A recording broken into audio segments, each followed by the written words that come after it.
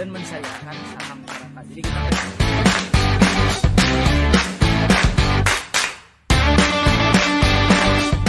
beda sama Jakarta, kalau orang Bandung tuh listrik. Investasiin buat sekolah anak. Oh, itu something new gitu. Kayak kupu-kupu mungkin. Ayahku tuh satpam gitu kan.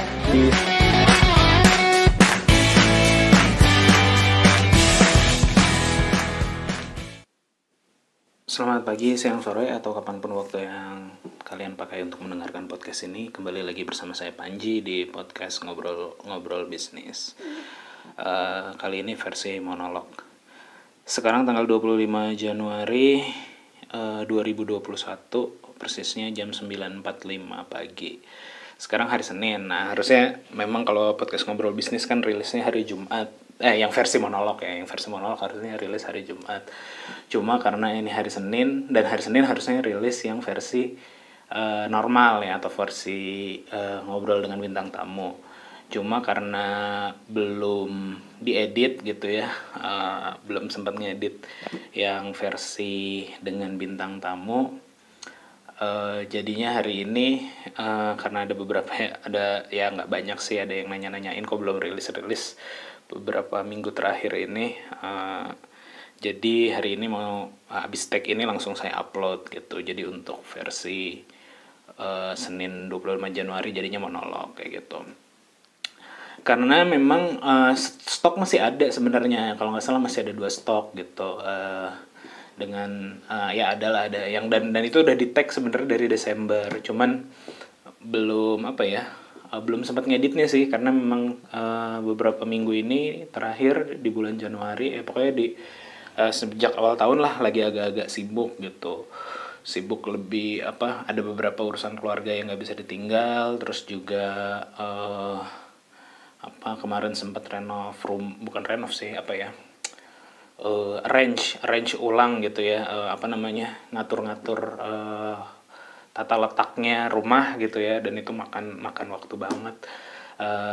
Sedangkan kalau bikin yang versi monolog kan nggak perlu diedit, langsung diupload aja. Kecuali kalau yang dengan bintang tamu atau ngobrol bisnis pada umumnya perlu editing lah, perlu sedikit editing gitu, di trim atau di apa gitu. Karena kalau yang dengan bintang tamu saya pengennya sih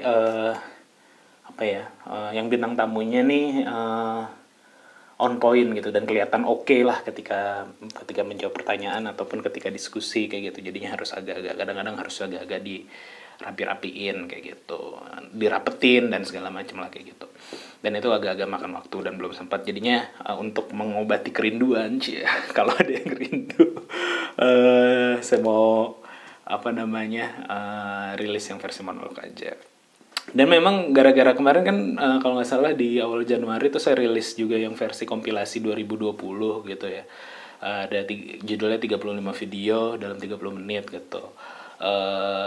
Itu juga baru kalau yang denger podcast ini di YouTube kan ada videonya. Di YouTube-nya tuh ada mark tanggalnya kan. Video pertama atau podcast pertama di 2020 itu mulainya bulan Februari. Jadi entah kenapa memang kalau bulan Januari itu agak males ya. Males ngeditnya atau males belum nggak tahu lah, kayak abis akhir tahun nih ya, leha-leha dulu di awal tahun sedikit, baru nanti baru mulai rajin lagi Februari. Tapi ini 25 Februari saya mau rilis yang versi monolog. Minggu depan udah Februari ya, jadi minggu depan kembali ke versi umum lagi mulai hari Senin, teman hari ini aja. Nah sebenarnya di 2021 nih ya kan kita lagi banyak musibah ya di sini ya, di Indonesia gitu ya. Corona belum selesai juga, terus kemarin ada Sriwijaya, terus ada Sriwijaya jatuh gitu ya, terus ada banjir, ada gempa bumi, ada longsor, ada tanah gerak gitu juga, ada di Jawa Barat, terus di Jawa Timur ada kejadian erupsi, ada beberapa teman juga yang kena gitu ya, rumahnya kena abu, terus ada juga ya banyak lah. Kita mesti apa ya, mungkin berefleksi juga ya. Dan juga refleksi dan doa sih selalu jadi ini ya, harus jadi itu udah kepastian lah. Kita harus berefleksi dan mendoakan teman-teman kita yang terkena musibah gitu ya, dan menjadi korban ataupun keluarga-keluarganya gitu. Dan juga kalau memungkinkan ya memberi bantuan gitu, kan udah banyak sih, saya nggak ngerekomendasiin salah satu lembaga atau apapun instansi yang memberi bantuan, bisa di googling sendiri. Pun kalau ada teman-teman yang tidak apa ya, kan ada juga tuh semacam kayak beberapa belakangan tuh yang kayak disbelief sama institutional social organization atau bahkan institutional religion gitu ya. Mungkin bisa memberi bantuan langsung juga sih. Saya sama atau istri saya sih kemarin sempat ngasih tahu ada ada kurir ya, ada lembaga kurir gitu yang memberikan fasilitas gratis 10 kilo untuk kirim bantuan. Nah itu mungkin bisa dicoba juga tuh, bantuan-bantuan misalnya kayak ke Kalimantan Selatan tuh kayak jaket, atau ke Sulawesi itu kayak jaket apa segala macam itu yang dibutuhin, dan kita bisa ngirim secara gratis. Jadi kayak kalau mau langsung personal bisa kayak gitu tuh menurut saya. Nanti bisa dicek aja di internet gitu ya, dicari kurir apa tuh. Kalau nyebut merek mungkin kalau nggak salah ingat saya JNE ya, cuman istri saya sebenarnya yang lebih tahu dia nge-share jasanya apa. Tapi itu bisa dicari lah. Dan kalau yang bagi yang mampu atau yang berlebih gitu, karena kan memang musibah ini harus dihadapi bersama lah gitu. Dan memang salah satu kekuatannya kekuatan orang Indonesia, kita nggak bisa ngandalin dari government, bantuan pemerintah aja, dan harus kita saling tolong-menolong lah. Soalnya kalau kita yang kena juga mungkin orang-orang akan eager tuh ngebantu kita kan, kayak gitu. Ya jadi ada bisa aja. Dan di corona juga masih, atau covid juga masih tinggi, walaupun memang sudah banyak alhamdulillahnya ya, sudah banyak misalnya yang beberapa teman-teman saya pribadi yang positif, ada yang sempat positif tapi dengan gejala gitu, tapi akhirnya bersadar sembuh, itu makin meningkat gitu. Jadi agak kayaknya penanganannya udah mulai rapi, udah mulai stabil, terus vaksin juga udah mulai banyak yang mencoba, walaupun ada berapa ada berapa isu-isu, tapi saya rasa itu upaya yang udah lumayan bagus lah dilakukan oleh pemerintah. Dan ya tapi tetap saja sih masyarakat secara umum bagusnya ya masih tetap menjaga diri dan keluarganya dengan cara terbaik, itulah 3M, pakai masker, menjaga jarak, dan satu lagi ya itulah ya pokoknya protokol-protokol kesehatan dipatuhi gitu. Karena kan banyak orang pas habis tahun baru tuh rasanya 2021 akan berubah, semuanya akan jadi lebih baik dan segala macam. Padahal memang situasinya sama aja gitu. Kalau tidak dipikirkan bahwa 2020 dan 2021 itu hanya ada pergantian tahun, itu kan sebenarnya hanya pergantian hari aja ya. Tapi kesannya kayak kita udah beres lah semua masalah 2020. Tapi padahal nggak seperti itu, dan itu banyak orang-orang jadi lalai sebenarnya. Padahal ya kita harus tetap menjaga protokol lah kayak gitu. Kan virus juga nggak kenal tahun gitu kan, si COVID ini kan juga nggak tahu dia kalendernya seperti apa. Nggak mungkin mereka beranggapan di 2020 ayo 2020 kita serang seluruh umat manusia, dan di 2021 kita berhenti, kan nggak gitu. Jadi jangan sampai lalai. Ada telepon, ntar aku skip dulu ya. Itu ini ngerekodnya pakai handphone. Saya lagi di luar sebenarnya, makanya toolsnya hanya menggunakan handphone saja. Lupa di airplane mode tadi ya. Lanjut lagi. Nah hari ini sebenarnya nggak terlalu banyak yang nggak ada ya saya pengen bahas secara spesifik. Cuman ternyata saya cek di Instagram, saya baru ngeh bahwa ada kalau di message di Instagram itu kan ada yang general, ada yang primary. Nah ternyata ada yang masuk ke kolom request ya. Itu biasanya untuk teman-teman yang belum temenan lah atau belum saya follow balik atau baru message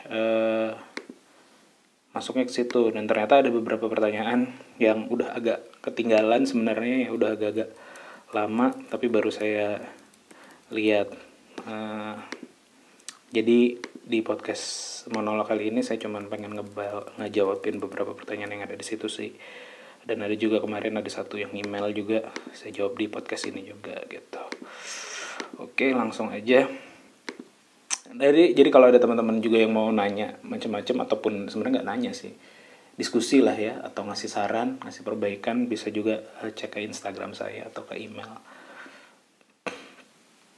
Langsung pertanyaan pertama, ini udah ketinggalan banget ya masuk di komentarnya, ternyata udah 52 minggu yang lalu, artinya mungkin udah di 2020 awal gitu ya, atau di 2019 malah ya. Pertanyaannya, Bang nggak tertarik kolaborasi dengan Papagon? Udah sebenarnya. Jadi ini saya sempat kalau konteksnya podcast, saya udah ngobrol sama Gesa Falugon ya. Papagon tuh panggilannya Gesa Falugon kalau di Instagram.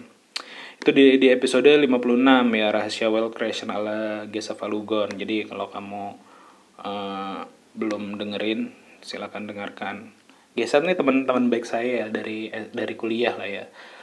Dia adalah orang pertama yang saya kenal di kampus, bahkan sebelum kenal dengan teman-teman jurusan, karena waktu itu ketemu pertama kali dengan dia di waktu masih namanya tuh pengenalan kampus lah ya, itu kan lintas jurusan kayak gitu. Dia beda jurusan dengan saya, jadi memang teman baik banget. Bisnis bareng juga udah beberapa kali, ada yang jalan ada yang nggak jalan gitu ya. Dan terus juga sekarang dia lagi fokus ke kayaknya dia bikin gerakan tentang melek finansial gitu lah ya, muda mapan. Sempat saya bahas juga di podcast ngobrol bareng sama dia, tapi keren lah dia, rapi secara bisnis, secara finance, dan kayaknya dia pengen membangun itu, membangun branding dia seperti itu ya, financial guru kalau nggak salah dia ininya. Dan juga ingin biar sama-sama lingkungan terdekat dia atau orang-orang yang kenal dia juga paham tentang keuangan dan segala macam. Bisa di follow aja atau didengerin podcast saya juga yang tadi episode 56. Pertanyaan selanjutnya, Kang, saya baru dengerin podcastnya yang dengan EduTech Bislab. Oh, ini juga udah agak lama ya. Sebenarnya menurut saya prakerja itu kebijakan yang kurang tepat, karena di masa Covid orang lebih butuh cash aja dibanding pelatihan.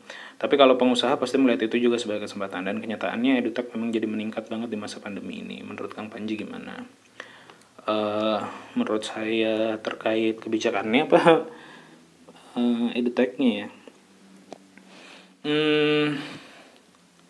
Kalau terkait dengan kebijakan mungkin kalau saya menduga sih, saya nggak tahu ya persisnya kayak gimana, cuman saya menduga sebenarnya kartu prakerja itu atau ya program prakerja itu ya, karena kartunya digital ya dalam tanda kutip gitu, itu kayaknya didesain bukan untuk handling COVID sih. Itu kayaknya memang didesain secara umum oleh pemerintah untuk membantu teman-teman yang belum dapat kerja atau ingin berwirausaha gitu ya. Jadi kan kalau nggak salah prakerja ini berisi bantuan tunai sekaligus dengan bantuan uang untuk mengikuti pelatihan-pelatihan yang untuk meningkatkan skill si orang-orang yang belum bekerja, dengan tujuan agar bisa bekerja, meningkatkan skillnya untuk bekerja atau berwirausaha. Kalau nggak salah sih seperti itu ya.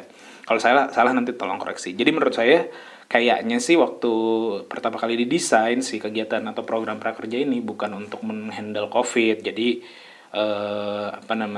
jadi wajar aja dia rasa kurang pas, karena cuman ya namanya kalau saya melihatnya itu dipas-pasin aja. Jadi mumpung masyarakat juga lagi butuh uang cash gitu, terus ternyata udah ada program yang direncanakan yaitu prakerja, which is memang tujuannya cukup bagus gitu ya, untuk membantu orang-orang yang untuk meningkatkan skill kayak gitu. Jadi jadi dipercepat lah. Makanya kan kalau nggak salah di awal-awal COVID atau pokoknya pertengahan tahun lalu tuh udah langsung berapa juta orang difasilitasi kayak gitu. Jadi kalau secara kebijakan menurut saya ya memang kurang tepat karena memang didesainnya bukan untuk itu. Lalu apakah butuh ya tadi ya butuh cash?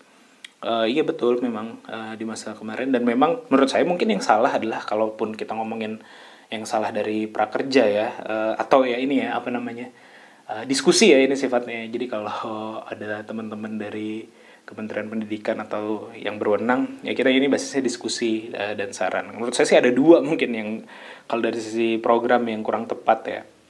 Yang pertama adalah objeknya atau sasarannya gitu. Oke, sasarannya adalah orang-orang yang tidak bekerja gitu. Makanya kan kalau nggak salah ada seleksinya gitu. Bukan ada seleksi sih. Kita nulis apa namanya ngisi form, nanti diverifikasi apakah layak dapat bantuan prakerja apa enggak kayak gitu. Menurut saya objeknya, karena memang sih banyak pepatah mengatakan atau ada pepatah mengatakan bahwa lebih baik memberikan pancing daripada memberikan ikan gitu kan. Lebih baik memberikan kail ya. Kalau gimana sih lupa lah pepatahnya. Kalau kamu memberikan ikan dia hanya bisa makan 1 hari atau 1 kali, tapi kalau kamu memberikan kail atau pancing dia bisa makan seterusnya. Kalau nggak salah kayak gitulah ya. Ya kurang kalian bisa nangkep konteksnya lah ya. Tapi menurut saya tergantung siapa yang dikasih gitu. Memang ada orang-orang yang memang memiliki daya atau keinginan untuk belajar atau keinginan untuk memancing kalau dalam konteks peribahasa atau pepatah tadi itu gitu. Ada orang-orang juga yang memang nggak mau gitu loh, memang nggak mau belajar dan nggak bisa belajar gitu loh, tidak ingin juga gitu, dan bukan hanya sekedar akses ya, bukan sekedar tidak dapat akses, tapi memang tidak, ya udahlah begini aja gitu. Jadi bisa jadi kurang tepat karena kalau objeknya disamaratakan saja semua yang belum bekerja umur sekian sampai sekian yang belum bekerja gitu. Padahal dari sisi diri orang-orang tersebut ada yang memang nggak pengen, ada yang pengen, jadinya hanya sekedar dalam tanda kutip kalau dalam konteks lagi ditambah COVID hanya sekedar, dan itu terjadi ya, hanya sekedar orang ingin asal ngikut aja yang gampang dapat sertifikat, dan setelah dapat sertifikat bisa dapat uangnya kayak gitu. Jadi ada yang kayak gitu.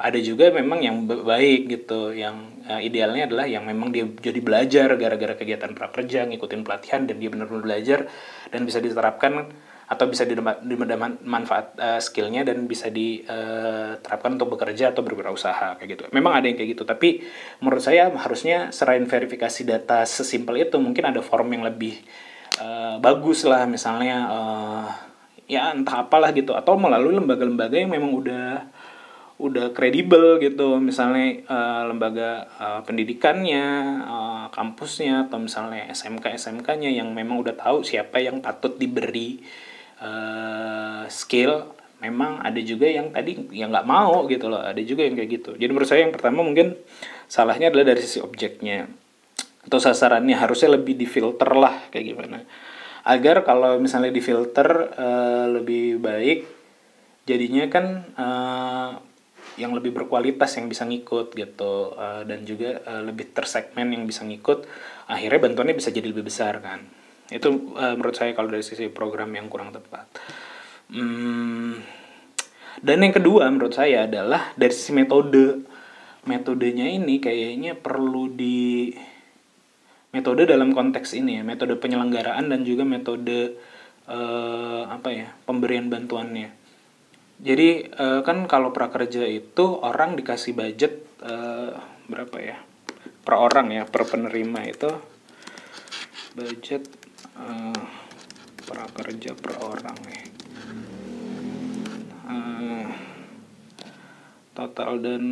Total manfaat kartu prakerja yang diterima setiap peserta adalah 3.550.000 yang terdiri atas biaya pelatihan dan insentif dengan rencana berikut. Ini harus diklik nih. Biaya pelatihan sebesar 1 juta, insentif pasca penuntasan pelatihan 600.000 per bulan yang diberikan dalam waktu 4 bulan atau senilai 2.400.000. Insentif pengisian survei evaluasi 50.000 diberikan 3 kali terus 150.000. Ya, jadi intinya dapat 3.500.000 tapi 1 jutanya adalah biaya pelatihan kayak gitu. Menurut saya ini kurang tepat gitu. 1 juta ini penerimanya berapa ya? Penerima prakerja. Penerima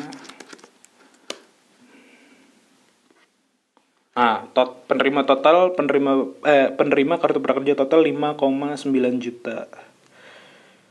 5,9 juta dengan targetnya 7 bulan total ada 43. Ya kayak gitu-gitulah ya. Jadi anggap di 2020 kemarin tuh ada 5,9 juta penerima kartu prakerja. 5,9 juta kali 1 juta itu berapa tuh? Taruhlah 6 juta ya biar gampang. 6 juta kali 1 juta 6 triliun berarti kan? Tuh 2, 3, iya betul 6 triliun kan? 6 triliun itu biaya untuk beli modul pelatihan kan ibaratnya, atau beli video pelatihan. Nah ini menurut saya kurang efektif. Sebenarnya tanpa tahu data-datanya juga menurut saya sih bisa dinilai secara kasat mata aja gitu ya. Itu kurang efektif. Karena satu, videonya tidak terstandarisasi. Yang kedua, tadi jadinya kan menimbulkan konflik tuh. Bahwa marketplace tertentu yang ditunjuk. Waktu itu kan bahkan ada yang memang ada staf menteri juga gitu. Staf presiden juga. Jadi menimbulkan polemik lah di masyarakat gitu. Menurut saya dan si lembaga pelatihan marketplace pelatihan tersebut verifikasi terhadap lembaga pelatihannya pun jadinya cepet-cepet aja, karena kan mereka butuh konten yang banyak agar masyarakat yang dapat kartu prakerja ini memiliki opsi yang banyak untuk memilih pelatihan kayak gitu. Dan tadi ada efek-efek sampingnya juga, bahwa ada yang memilih marketplace ataupun ngikut lembaga pelatihan yang gampang dapat sertifikat sehingga banyak dapat cashnya. Padahal dan itu memakan biaya 6 triliun kayak gitu. Nah menurut saya harusnya daripada 1 juta per orangnya ini atau total 6 triliunnya ini digunakan untuk dikasih ke masyarakat tapi masyarakat suruh beli, mendingan pemerintah yang bikinin videonya gitu. Mendingan pemerintah yang bikinin video ajarnya. Itu lebih baik sih menurut saya, dan mungkin nggak akan makan sampai 6 triliun gitu. Sebagai contoh di 2020 saya juga bikin pelatihan coding dan desain untuk disabilitas gitu ya. Dan budgetnya nggak terlalu gede. Memang sih hanya 2 jenis pelatihan, tapi masing-masing pelatihan ini ada kayak 20 modul ya kalau nggak salah gitu. Masing-masing pelatihan ini ada 20 modul, tapi saya ngebuatnya adalah bukan nanti si peserta pelatihan saya ngebeli, karena ini memang kegiatan sosial jadi gratis gitu. Tapi saya ngemodalin bikin video learningnya atau bikin materinya, saya modalin, saya bayar kayak gitu, bikin video learningnya dan jadi aset. Sehingga nanti siapapun yang bisa ngikut, yang mau ngikut aja gitu. Nah harusnya seperti itu gitu. Mungkin 6 triliun itu udah terlalu besar. Taruhlah misalnya kalau si pemerintah ini mau bikin 10.000 video learning gitu. Paling kan berarti 6 triliun bagi 10.000 berapa tuh? Bagi 1.000 jadi 6 miliar. Iya kan? Iya betul, bagi 1.000 jadi 6 miliar. Bagi 10.000 jadi 600 juta. Ya, bener ya? Benernya sih.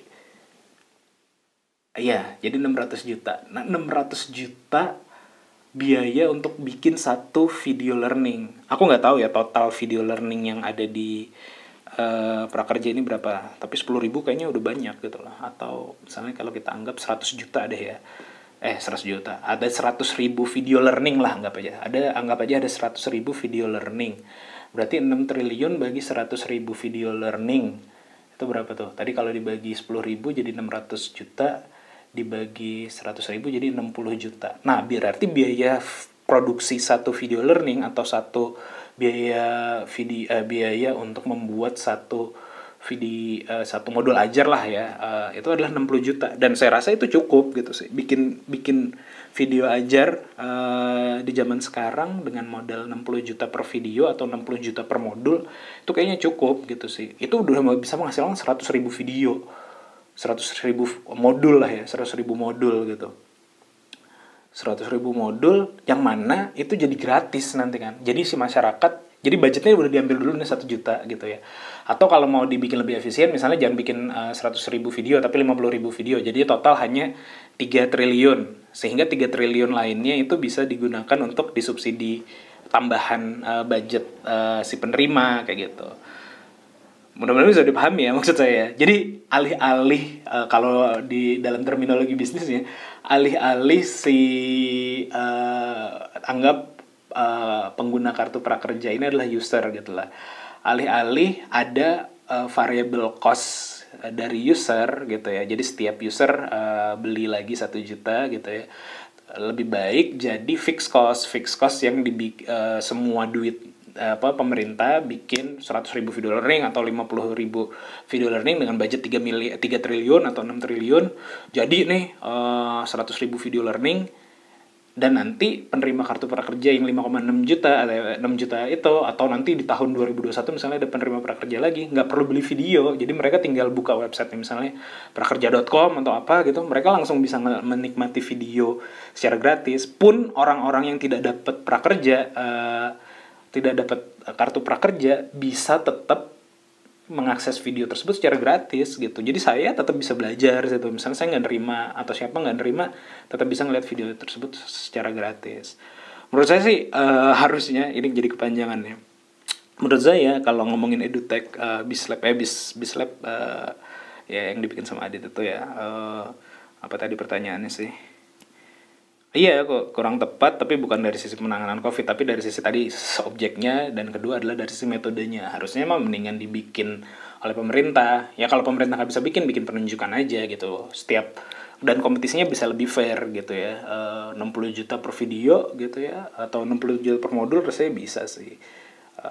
Bisa banyak yang berkompeten gitu, dibandingkan sekarang juga dikritisi konten-konten video learning oleh siapa itu yang bikin gitu. Kalau edutech, iya betul, naik. Dan kalau kamu bikin edutech, bagus kayaknya. Ada beberapa teman juga yang lagi bikin ke situ. Pertanyaan berikutnya, siang Mas Panji, saya mau nanya. Saya kebetulan kebetulan mau beli mixer Ashley. Saya agak bingung nanti biar bisa output 2 headset, gimana caranya ya? Makasih sebelumnya. Ini jarang sih, biasanya yang nanya kalau kaitannya sama. Saya di YouTube ada video ini ya, video teknis bikin podcast dan segala macem gitu. Biasanya orang-orang yang nanya tentang audio tuh di situ, jarang yang nanya ke SMS. Ada namanya splitter audio. Jadi nanti bisa dicolok 2 headset atau berapa headset gitu. Atau kalau mau lebih itu yang paling murah. Kalau mau beli modal lagi, ada namanya semacam kayak amplifier gitu, yang fungsinya untuk splitter headset juga kayak gitu. Atau lebih detailnya lihat aja di video saya, udah dijelasin kayaknya di situ. Faisal _AS ya, @Faisal_AS, lihat aja di video saya di YouTube. Nomor 4 berikutnya. Selamat siang Kang, saya mendengarkan podcastnya Kang Panji sudah dari awal-awal 2020. Banyak banget insight-nya, baik yang monolog juga dengan narasumber. Terima kasih. Saya mau bertanya Kang, saya sudah 1 tahun mencoba berbisnis semacam software itu. Saya background dari informatika, jadi saya juga coder.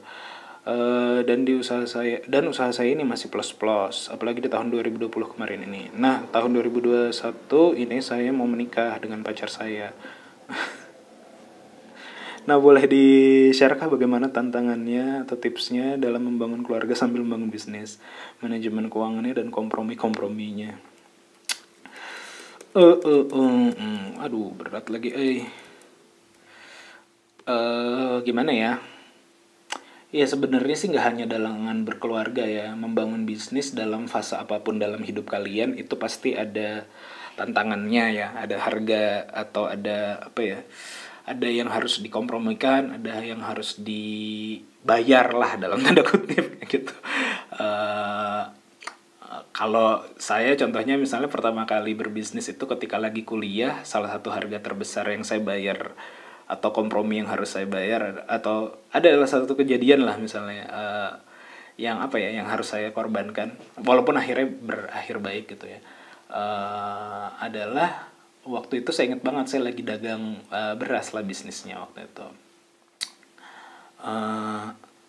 udah tingkat akhir kalau nggak salah atau setahun sebelum tingkat akhir, pokoknya udah ngambil kelas tugas akhir. Jadi kalau di jurusan saya tuh di kampus saya ada tugas akhir tuh bukan cuma bikin papernya aja, tapi ada kelasnya juga gitu. Di kelas tersebut kita nanti bab 1 sampai bab 3 tuh dibahas di situlah, dipresentasikan di kelas tersebut gitu.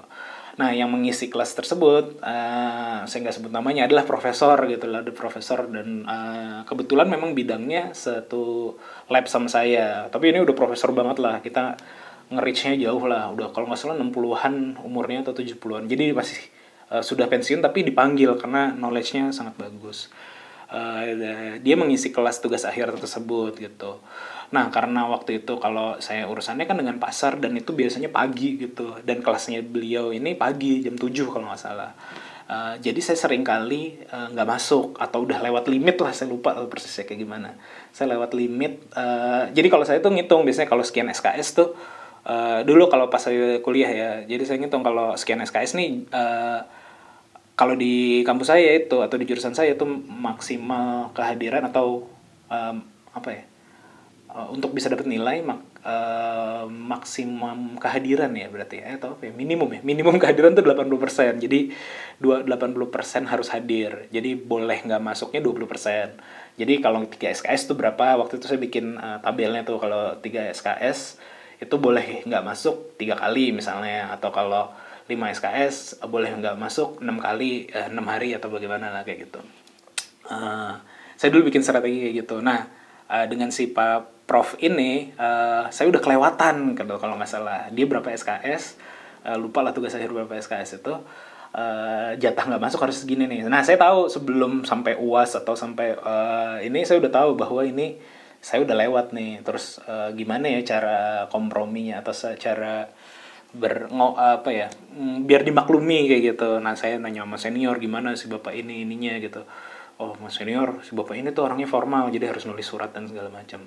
Jadi saya bikin surat kayak gitu, saya mohon maaf bahwa saya nggak masuk di kelas dia, karena saya harus berusaha kayak gitu, harus berbisnis lah dan segala macam gitu. Saya kasih suratnya, terus kita diskusi, marah dia, beliau ini marah. Kayaknya ini saya nggak pernah share deh ke teman-teman jurusan juga, saya belum pernah share. Jadinya diomelin lah di situ, kamu mau dagang apa mau sekolah apa bagaimana gitu. Akhirnya ditolak lah ibaratnya pengajuan saya untuk dimaklumi lewat masuknya gitu, lewat bolosnya gitu. Tapi sejak itu saya tetap hadir di kelas. Jadi bodo amat lah, gue pengen membuktikan gini. Sampai suatu ketika ternyata harus presentasi kan, karena udah bab 1 bab 3 tugas akhir udah beres. Saya presentasi, dan akhirnya dia pasti ingat saya gitu. Karena pas beberapa waktu kemudian ketika reuni di jurusan gitu, bukan reuni sih ya ada makan-makan gitu lah di jurusan, kenal gitu. Nah, pas lagi itu dia happy ternyata terhadap rencana tugas akhir saya. Kan bab 1 sampai bab 3 baru rencana lah ibaratnya kayak gitu. Yang mana pembimbingnya juga muridnya dia pastinya gitu. Dia happy, dan kayaknya diabaikan akhirnya kebolosan saya, karena buktinya saya nggak perlu ngambil ulang lagi sih tugas akhir tersebut. Dan walaupun agak telat saya lulusnya, tapi nggak perlu ngambil ngulang, tinggal nulis papernya aja. Jadinya nah itu adalah salah satu harga yang harus dibayar, harga yang harus saya bayar atau kompromi yang harus saya lakukan ketika lagi menjalankan bisnis gitu.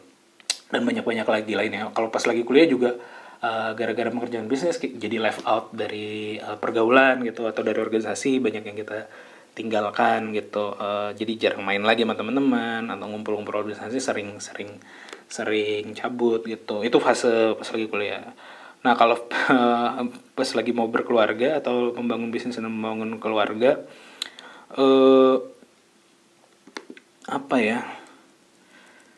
banyak sih, dan memang kayaknya yang paling penting adalah understanding ya. Saya nggak tahu nih masalah kamu atau saya duga sih mungkin kemungkinan yang paling akan terjadi adalah masalah duit sih, masalah penghasilan, karena kamu lagi membangun bisnis, mungkin penghasilannya tidak terlalu belum stabil. Bagaimana tuh itu istri harus paham gitu ya, ketika mungkin di awal-awal menikah lagi membangun bisnis, ingin membangun keluarga juga gitu. Karena tadi kalau kita ngomongin harga yang harus dibayar, ada beberapa teman saya tuh akhirnya cerai juga gitu loh. Ada 2 lah, Atau kemarin kalau dengerin kompilasi podcast bisnis, ada teman saya juga yang cerita di situ, Harlan ya. Dia cerita tentang Steve Jobs. Steve Jobs tuh untuk membangun Apple, salah satu harga yang harus dia bayar adalah, ya aku nggak tahu, lupa ya, cerai apa enggak sama istrinya, tapi yang pasti dia meninggalkan apa ya, tidak terlalu fokus ke anak-anak dan keluarganya lah, kayak gitu. Seperti itu. Dan di Indonesia tadi saya bilang ada teman saya juga yang saya kenal baik gitu, cerai dengan istrinya gara-gara memang ya masalah ekonomi sih, dan kebetulan dia lagi membangun bisnis. Mungkin memang ya kalau kita ngomongin takdir, memang mungkin bukan jodohnya kayak gitu, tapi apa ya itu ada arah ke situnya gitu. Jadi kalau lagi berkeluarga, menurut saya sih yang paling penting adalah membangun pemahaman bersama lah, bahwa lagi bisnis lagi dibangun, mungkin ada penghasilannya baru bisa dikasih sekian kayak gitu. Dan tentu saja harus dijaga, di manage keuangannya. Yang paling penting kalau bagi saya adalah dipisah nih antara duit pribadi dengan duit bisnis itu. Jadinya kalau saya sih semua duit gaji atau apa langsung saya kasihnya ke istri gitu kan. Oke, ini segini, ini yang boleh gue atik-atik gitu. Atau kalau misalnya lagi dapat rezeki lebih dan memang gaji kamu atau misalnya masih dicampur lah ibaratnya gitu, kamu kasihnya agak banyakan aja nih buat 10 bulan ya gitu misalnya. Jadinya nanti ketika bulan-bulan berikutnya kamu masih bisa berkreasi kayak gitu. Tapi yang paling penting sih kalau bisa dipisah kayak gitu, dan dibangun ke sepemahamannya bahwa ini lagi dirintis, seperti itu sih. Karena kalau dan tergantung kondisi kan beda-beda juga ya, pemahaman istri atau calon istri kamu seperti apa terhadap bisnis yang kamu jalankan. Kalau pada dasarnya kan keluarga terdekat kita, istri, orang tua, anak kayak gitu, mereka tuh pengen yang terbaik buat kita gitu kan. Makanya mereka aware, oh lu bisnis tuh berat dan segala macam, mending kerja deh dan segala macam. Nah tergantung kamunya juga sih, kamunya nanti tipikalnya mau seperti apa terhadap insight-insight itu. Saya nggak bisa ngasih keputusan karena nggak tahu juga informasi lebih dalamnya seperti apa. Tapi ya pemahaman bersama sih, understanding, biar nggak terjadi yang tidak diinginkan gitu. Karena kan kalau nggak salah pernah dengerin di salah satu kasus perceraian paling tinggi itu sebabnya karena uang kan, misalkan karena ekonomi kayak gitu. Oke, selamat menikah, semoga lancar. Nanti kalau ada masalah lagi baru ini maksudnya masalahnya dengan istrinya kan, dengan calon istrinya kan, memahamkannya ya. Kalau dengan mertua dan segala macam harusnya kalau udah ada rencana mau nikah udah clear. Berikutnya, saya belakangan mulai mendengarkan podcast, termasuk podcast Ngobrol Bisnis. Saya baru sadar ternyata saya jauh lebih mudah belajar atau memahami sesuatu melalui audio dibanding membaca. Request kalau berkenan buat segmen mengulas buku bisnis boleh juga tuh Bang, atau boleh di-share ke rekomendasi podcast yang sering Bang Panji denger apa aja. Terima kasih.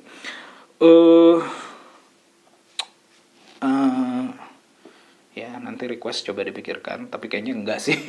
Dan saya juga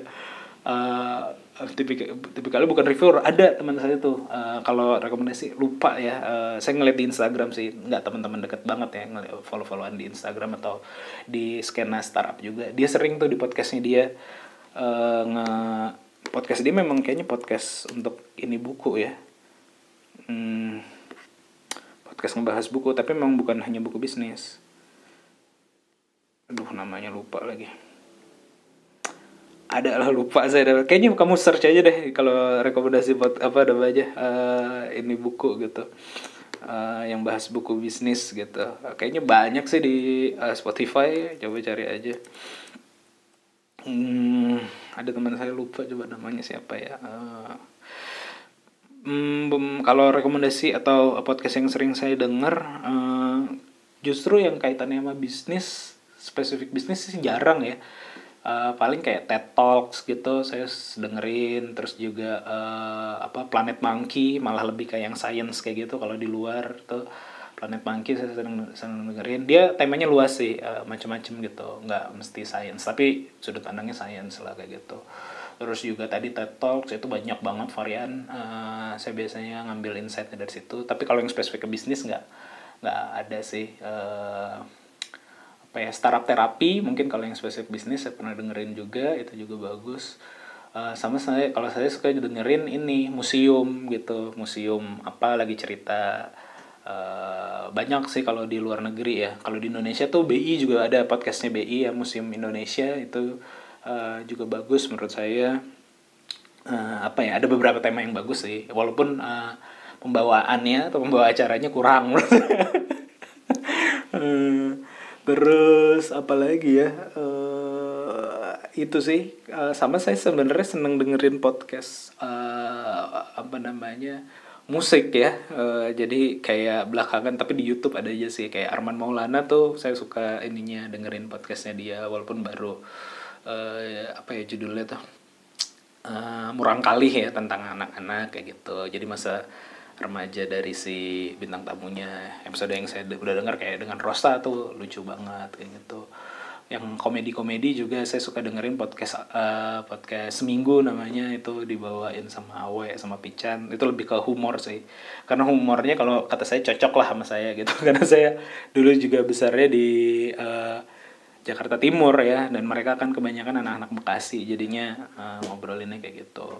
Podcast awal minggunya siapa namanya tuh, Adriano Colby juga itu bagus banget. Maksudnya ada beberapa pemikiran dia yang dia tuh cara memandang dunianya agak-agak menarik ya, bitter kayak gitu-gitu, dan kita juga suka banyak dalam diri kita yang agak begitu sebenarnya, jadinya kadang-kadang teramini oleh apa yang dia bicarakan gitu. Saya juga sering konsultasi sama Bang Adri ya, kalau di Instagram tuh saya suka tanya ke dia, dan alhamdulillah dia responsif gitu. Misalnya terkait dengan podcast, Bang gue dapat tawaran kayak gini-gini nih, diminta red card atau apa segala macam, biasanya tanya ke dia tuh kayak gitu-gitu. Apalagi ya, rekomendasi Soleh Solihun, tapi udah jarang sekarang, paling di beberapa channel. Tapi itu musik ya, lebih ke musik dan lebih ke entertainment. Kalau yang bisnis apalagi ya, udah sih paling itu. Nah kalau kamu senengnya denger, kalau menurut saya sih rekomendasi itu ada aplikasi namanya Blinkist ya. Saya sering di situ justru. Blinkist tuh semacam kayak bukan review ya, ringkasan dari buku, tapi dibacakan. Jadi ya udah dibacakan sama si orang, si pengurusnya lah. Mereka bikin resensinya dan dibacakan kesimpulannya per masing-masing bab. Itu menurut saya cukup cepat ya. Jadi kayak satu buku cuma 15 menit audio kayak gitu, karena udah ringkasan. Itu bagus, Blinkist kalau kamu seneng mendengarkan. Terakhir kali ini ya, udah hampir 9:30. Selamat siang Mas Panji, dari podcast yang saya dengarkan Mas Panji kadang ikut short course di luar negeri. Ini melalui email ya. Saya mau tanya, biasanya di mana cari info soal beasiswa short course yang available? Kalau sama seperti Mas Panji, saya juga punya keinginan untuk ikut kelas-kelas pendek yang bisa berguna bagi pengembangan diri. Dari beberapa situs yang saya temukan di Google, mostly menawarkan beasiswa untuk pendidikan formal yang buat saya terlalu menyita waktu. Terima kasih waktunya. Pindi Mulyadi. Short course, iya betul. Saya suka ngikut short course. Terakhir nih baru di 2020 kemarin saya ngikut FVLP dari Amerika. Itu juga menyenangkan, dan sayangnya dilaksanakannya online gitu karena harusnya datang. Sebelumnya di 2017 saya ngikut di Australia gitu, Australia Award. Di 2011 saya ngikut di Jerman kayak gitu. Kayaknya itu sih yang utama-utamanya yang saya ikutin. Nyarinya di mana? Menurut saya sih kayaknya yang paling terstruktur itu yang Australia Awards. Cari aja websitenya, Australia Awards Indonesia.org, atau di googling aja ya Australia Award Indonesia, itu nanti keluar. Di situ ada mereka tiap tahun ada program-program short course-nya, ada long course-nya juga, atau short term award-nya, ada long term award-nya juga. Short term award tuh yang tadi ya, yang kayak 2 minggu, 1 bulan kayak gitu. Dan juga long term award. Kalau long term award tuh kayak S2, S3 kayak gitu. Jadi itu kayaknya yang paling terstruktur kalau buat nyari. Kalau di tempat-tempat lain Kalau yang Kemenristek kalau yang Jerman waktu itu saya program Kemenristek, jadinya waktu itu di webnya Kemenristek sih. Kalau yang AVLP itu rekomendasi, jadi nggak mendaftar sifatnya. Jadi kalau mau nyari, menurut saya sih paling terstruktur dan terbuka gitu kayaknya sih Australia Award ya. Buka aja. Atau cari Google. Saya juga pernah. Tapi kalau kamu nyari yang beasiswa apa yang gratisan? Kalau yang berbayar banyak sih, kayak MIT gitu sering bikin short course gitu, di course kelas-kelasnya juga cukup banyak. Tapi kalau yang beasiswa atau beasiswa ya, kayaknya kamu nyarinya Australia Award lah, itu buka websitenya. Atau saya pernah bikin juga podcast sama Firman namanya, kayaknya episode 68, coba lihat ya episode 68 menyoal beasiswa sama Firman. Itu ngomongin banyak tentang beasiswa short course ya, Australia Award secara spesifik. Oke, gitu aja ya. Sekali lagi kalau ada yang kurang tepat atau ini bukan ini opini ya. Jadi jawabannya opini. Kalau ada yang punya opini berbeda, silakan aja kontak ke saya melalui email ataupun Instagram, atau kalau ada yang punya pertanyaan atau bahan diskusi lainnya bisa juga kontak saya di situ. Terima kasih yang udah mendengarkan. Sampai ketemu di podcast Ngobrol Bisnis berikutnya. Bye.